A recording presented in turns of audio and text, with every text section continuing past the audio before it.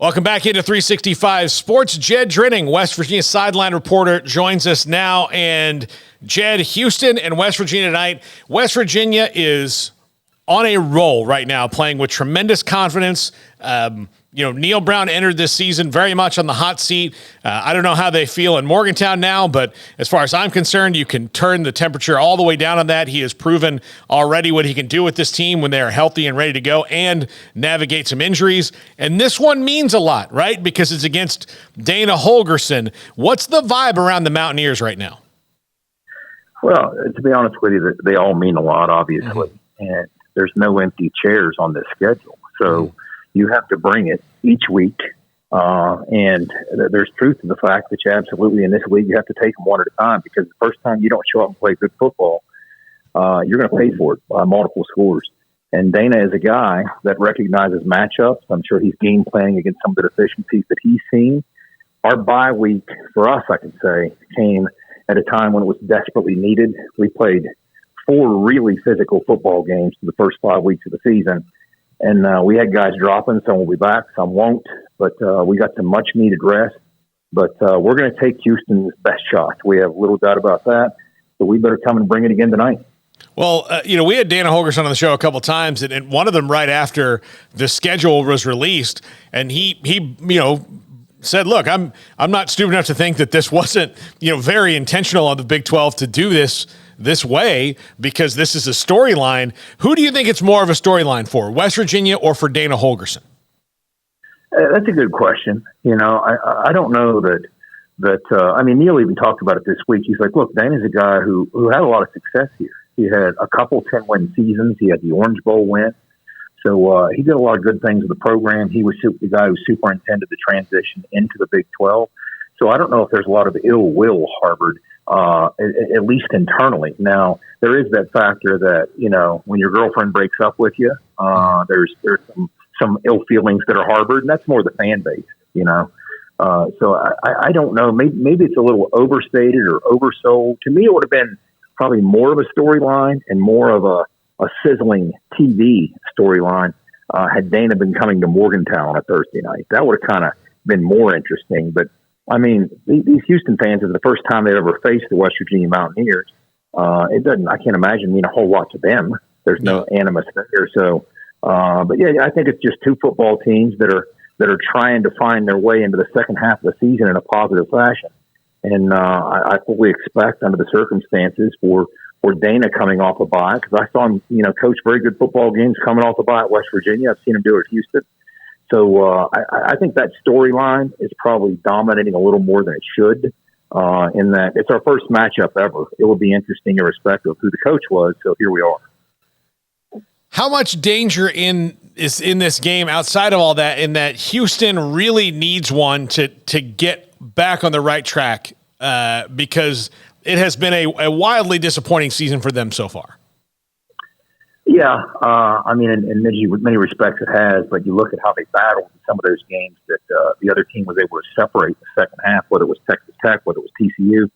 When they put their best foot forward, they're pretty scary. And now, if they can do that for the balance of 60 minutes and find a way to hold up, then they're going to be competing against most of the teams in this league and threatening to beat them. But when you look at them from a skill standpoint, they got skill on both sides of the ball.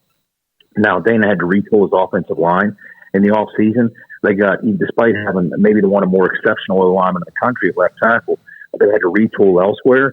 I think the strength of that offense is in the receiver room. They're very deep. They're very talented. They're very versatile. So no doubt in my mind, Dana is looking at our secondary and finding matchups that appeal to him, and he has a very creative way of getting you in space in places you don't want to be in space against.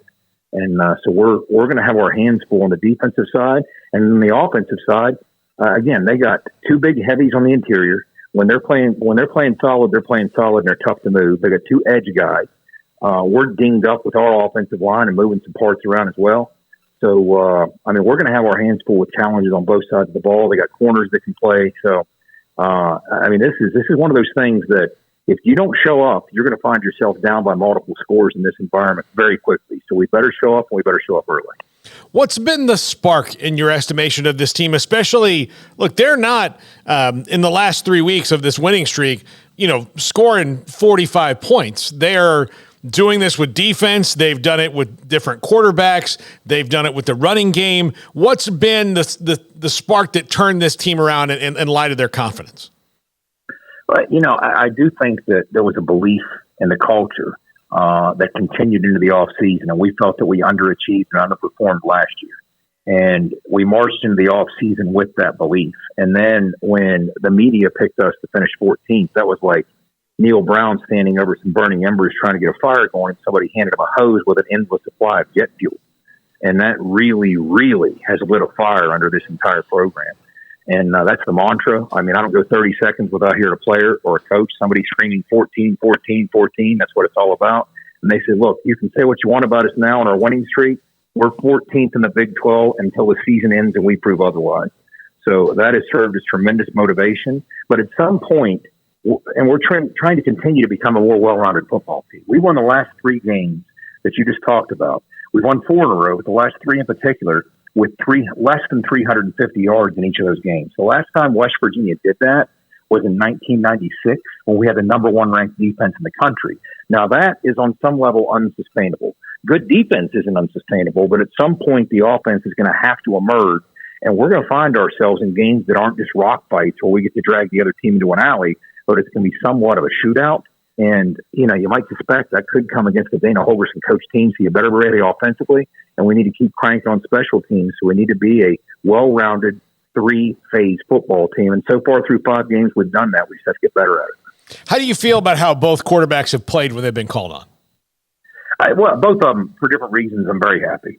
First of all, Garrett kept the football out of harm's way. We haven't come close to seeing his best football yet. We've seen him off script, but from a run game standpoint, quarterback run game standpoint, for various reasons, we haven't seen the best of him doing that, and I do think that's when he's at his best. We're going to start to get to some of that. We're going to start to push the football vertical.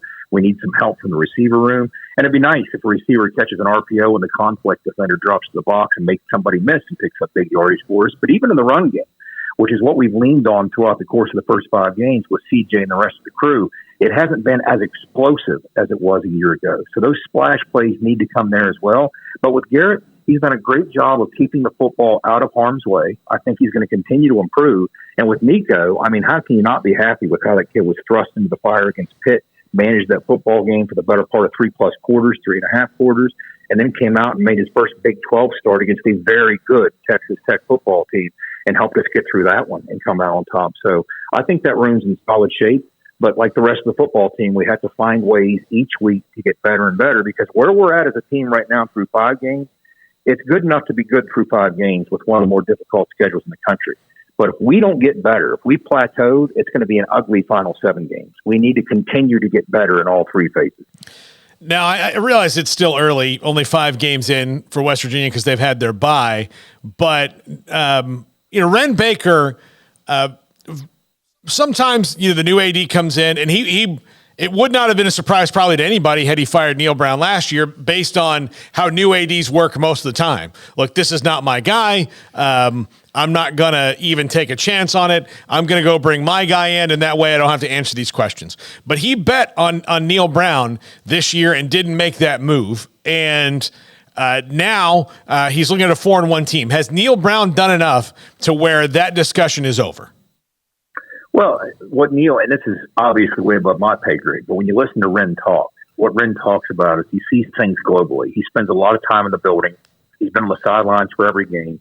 So he studies with great scrutiny every aspect of not just the football team, but all other sports as well. Now, he says, ultimately, we're held to account by how many games we win. But he said, I'd stop and consider all the factors that lead up and contribute to your ability to win those games. So if I see functional aspects of a program across the board, but it hasn't translated to wins yet, I have to believe on some level that's ultimately going to happen if I can find my way to help nudge it in the right direction. And I believe that's kind of his mindset. But there's also that school of thought with ADs that I've heard for years that an AD is not truly on the clock until he hires his head coach. So why rush it, right? I mean, if you're a new AD, why rush it? I mean, why do you want to start that clock ticking right away when you've got a guy that has a building that's in really good shape? The culture in the building is really solid, and it looks like we're just a couple good breaks away from turning a corner. And through 5 games, we've caught those breaks that in previous years we weren't catching.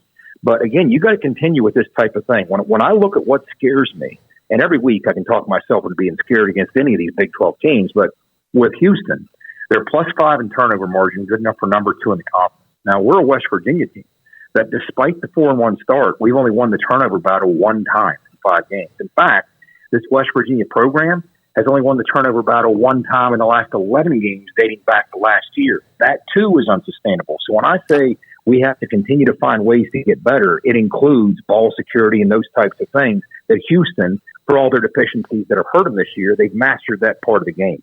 And so if they're going to beat you, obviously they're going to try and make that be a part of it. So with Ren Baker, above my pay grade, but that's my thinking. And I have plenty of ways to talk myself into thinking why Houston can win this football game if we don't show up and play out tonight. I know one of the games that you won the turnover battle in, Jed. Yeah, there was one. I didn't even have to think about it. I can go back to last year, and that's an interesting game because that was the game that I think has derailed Baylor since then. Well, that was last year. And you know what? The 11 games started after the Baylor game. It's interesting you'd point to that. Yes, we were +2 in the Baylor game. Yeah. And ever since the Baylor game, we played 11 games, that 43-40 game last year. The one game that we won the turnover battle in the last 11 games was Pitt. We've since had a hand in turning their quarterback into a tight end. But yeah, that Baylor game, that was critical. That was critical. I mean, those turnovers last year. And you got to figure, you're going to have, that's exactly the type of football game that I'm talking about. We haven't won a 43-40 game this year, but at some point you get the sense you're going to have to, because what I get out of this Mountaineer team, I studied very closely Neal and his days at Troy and his 4 years at Troy before and when he was hired. So I have a pretty good thumb on the pulse of the culture and the type of football teams that he had down there. It's starting to have that feel. Now, I'm not saying we're going to go out and rip off 30 wins in 3 years like he did at Troy. That's not what I'm saying. But stylistically, there are definitely parallels to be drawn between this Mountaineer team and those Troy teams. And those Troy teams, much like you've seen West Virginia through 5 games, is built to win rock fights. They were built to win rock fights. They'll drag you into an alley in a place you don't want to be and win in that style of football game. But there were types of games, the bowl games, particularly the win against Buffalo. They had a 50-30 bowl win, a 42-32 bowl win. There were some shootouts that he found a way to win, much like he found a way to win that shootout against Baylor last year. So the offense, to get to that point, is going to need to step up. And so far, we haven't seen enough out of the offense in them doing so, but they're going to have to play a more prominent role from a big play standpoint. Jed Drenning, West Virginia Sideline Reporter, here with us on 365 Sports. Jed, enjoy the game tonight. Thanks for hopping on. Appreciate it. Thanks, guys.